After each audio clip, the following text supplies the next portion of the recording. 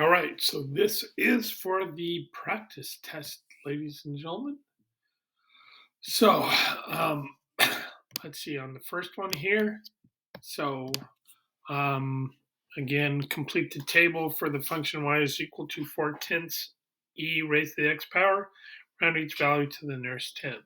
Like I told you, you could either put it in your calculator as a graph and then split the screen to do the table, or plug in each one individually for x.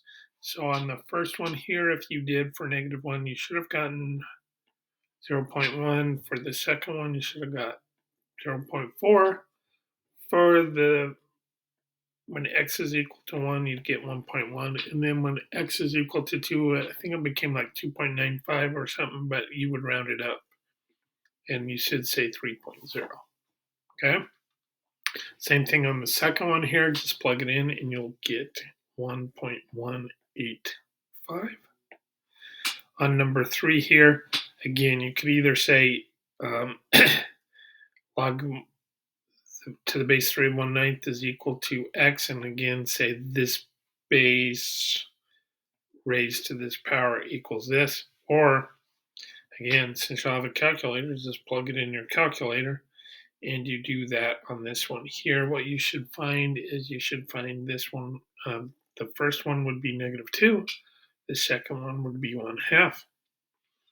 The third one would be 2. And the fourth one would be -1.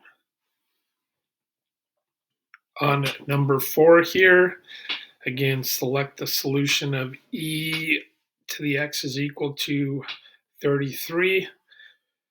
Remember, when it's an e that we're trying to get rid of, our exponent is an x. So on this one here, you would have to take the natural log of each side. So remember, when we take the natural log of e raised to the x power is equal to the natural log of 33, you can think that the natural log and the e cancel each other, and you'll get x is equal to the natural log of 33, which is the first one there. All right. Number 5 is similar to this one. Again, first thing you're going to do is you're going to multiply both sides by 3. Remember, when you're multiplying both sides by 3, that will give you 36. So then you'll be able to say you have e raised to the 4x power is equal to 36. Now it looks just like the one above that on number 4. So again, I can take the natural log of each side, and the natural logs will cancel. In this case, the 4x comes down, and we'll say that equals the natural log of 36. And to get x by itself, you're going to divide both sides by 4. You'll get that x is equal to the natural log of 36, and all of that will be divisible by 4. You plug that into your calculator and you'll get 0.896. So remember, to the nearest thousandths, they're saying that is 3 decimal places. Okay. On number 6, again, I showed you again a quicker way to think about it rather than saying, if we know that's log 10, instead of saying this base raised to this power equals this, we can still say the same thing by just making both of those exponents by putting a 10 down below. So I'll have a 10 there and I'll have a 10 there. So if that's the case, then I can say the 10 and the log 10 cancel each other out on that one there. So we would have 5x minus 12 is equal to 10 cubed, and 10 cubed you should know is 1,000. So now you're going to add 12, and then you're going to divide by 5, and when you divide by 5, you will get x is equal to 202.4. Okay. On number 7, it says find the inverse of y is equal to the natural log of x plus 4. Okay. First thing you're going to do is you're going to switch the x and the y. So we'll say that x is equal to the natural log of y plus 4. So now notice the natural log is on the right-hand side of the equation. So on this one here, how do we get rid of a natural log? Remember, the natural log is just log to the base of e. So again, we would take and make both of them be the exponents for e. So then we would say that e to the x is equal to e to the natural log of y plus 4. Again, those two kind of cancel, and we'll get e to the x is equal to y plus 4. And in this case, we're going to subtract 4 from both sides because, again, we're solving for the new y.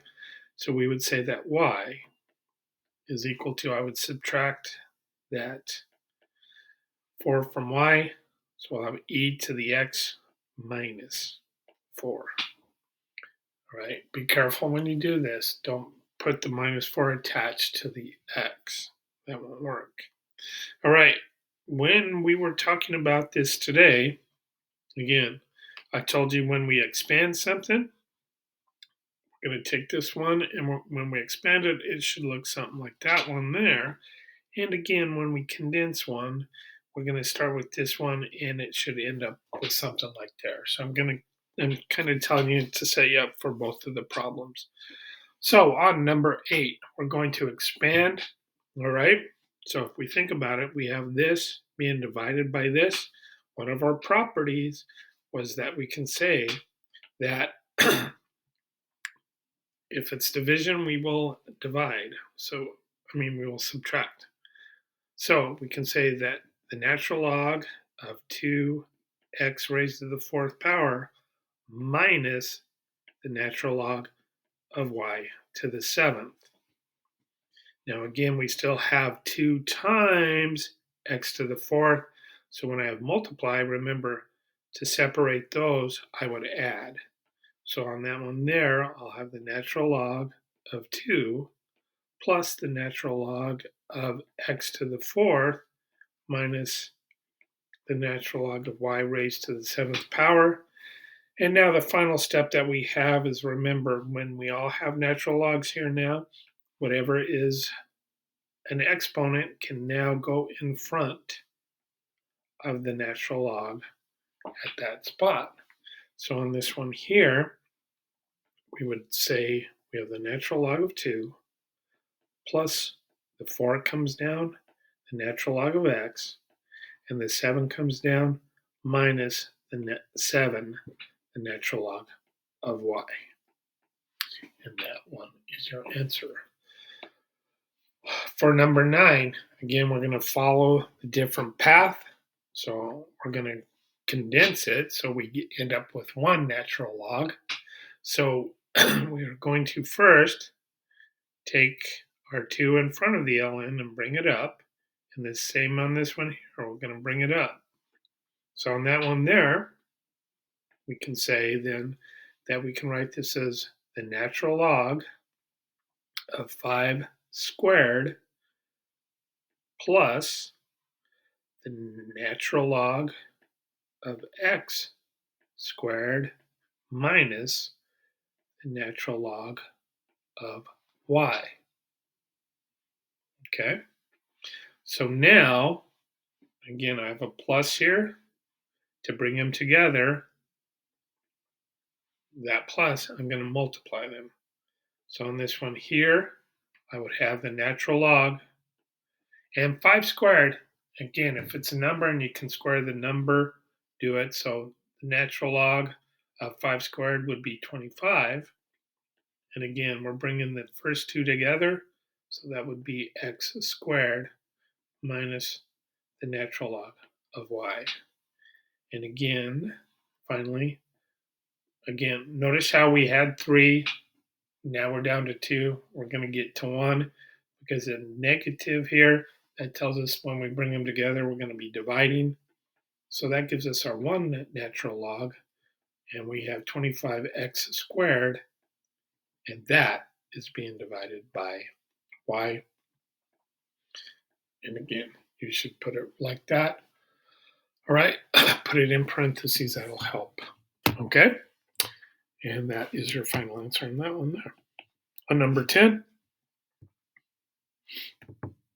again, if I have a log and a log on both sides, all right, I can just say that the two things are equal. So I can say that 4x plus 3 is equal to 7x minus 3. And again, it just depends on how you want to solve that for x. So if I take the 4x over to the other side, remember, then I'll get 3 is equal to 3x minus 3. So I'll add 3. So I'll get 3x is equal to 6. And then if I divide by 3, I'll get that x is equal to 2. And if you notice, if you plug in 2 on both of them, they'll both stay positive, so we know. And again, I suggested that you check. So we know that is our answer. Okay. On number 11, I told you number 11 was going to be in my opinion, it's the most difficult one. But again, we're going to just use everything that we've learned in this chapter. So again, first thing I'm going to do is I need to solve for x. But I notice that the x is on both sides. So I'm going to move this over to the left-hand side and add it. So I can now say that log of x plus log of 5x plus 5 is equal to 2. Now I'm going to take, and again, I want a single log, so since it's being added, that means when I bring them together, I'm going to be multiplying. So I'll have x times 5x plus 5 is equal to 2. And again, why don't we just go ahead and distribute them right now? So I'll have log of 5x squared plus 5 is equal to 2. So now, how do I get rid of a log? Remember, I'm going to put that as an exponent on both sides. And since it's log to the base 10, I would raise them both to a power of 10. So the log and the 10 on the left-hand side will cancel each other. And that means I end up with 5x squared plus 5. Excuse me. And then 10 squared is 100. And again, since it's a quadratic, remember with quadratics, we bring everything over on one side, set it equal to 0. So I'll have 5x squared plus 5x,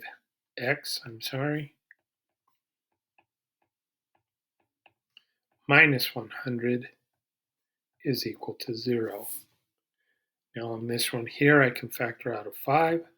If I factor out of 5, I have x squared plus x minus 20 is equal to 0. And remember, when I divide both sides by 5, 0 divided by 5, that just becomes a 0. So the 5 basically goes away. Okay. So now let's factor that x squared plus x minus 20. So since my coefficient is 1 there, again, we're just going to use our brains here. When this one here is negative, we know that one is positive, one is negative. So we'll have plus and a minus. And you're going to say, what are factors that when I multiply them give me negative 20, yet when I add them, give me a plus 1. Well, that would be plus 5 minus 4. And now that I have the zero products there, again, to make the first one be 0, x would have to equal negative 5. To make the second one 0, x would have to equal 4.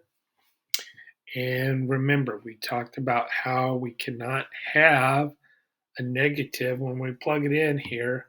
When we plug it into the first one here, that would give us a negative value of x.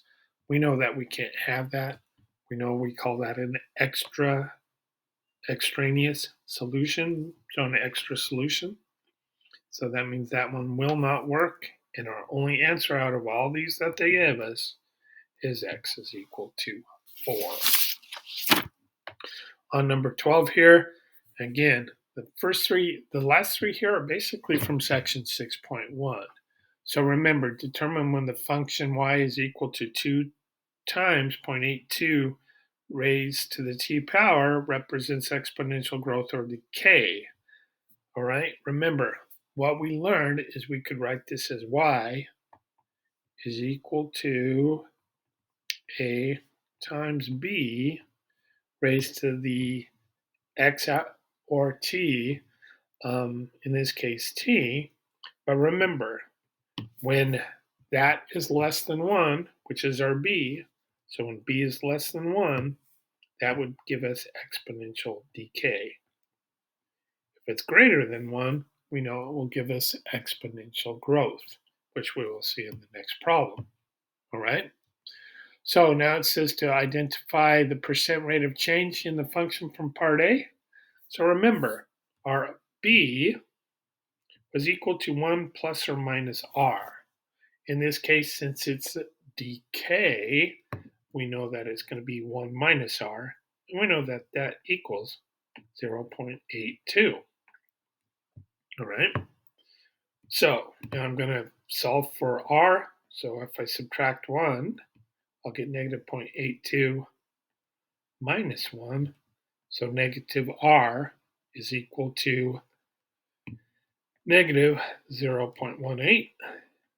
Or r, if I divide through by negative 1, that would make it positive. R is equal to 0.18. And that is in decimal. Remember to change it to percent. I'm going to move 2 units this way, and that will tell us that it is 18%. Number 13, the population of a city is 81,000, and the annual growth rate is 0.9 or 0.9%. Write an equation to model y after x years.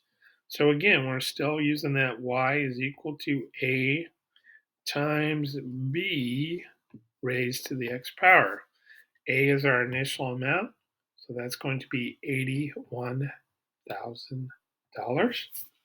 Okay. We know since it's a growth, we know our b is going to be 1 plus r. Remember our 0.9%, that's a percent. We want to change that to a decimal. So I'm going to move 2 spaces to the left and fill in a 0 where I can. So we know that our r is equal to 0.009. So we're going to say our b is equal to 1 plus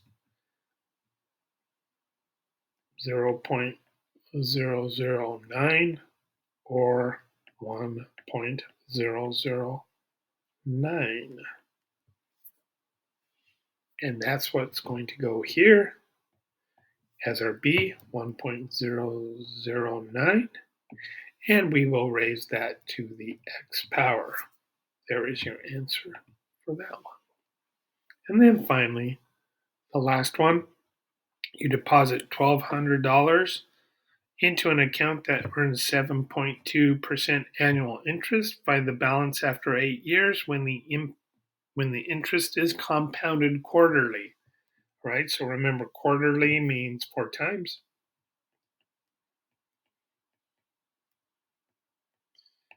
And remember, our formula was A is equal to 1 plus r divided by n raised to the n times t power. Okay. And of course, I forgot the p, which is our initial amount. All right.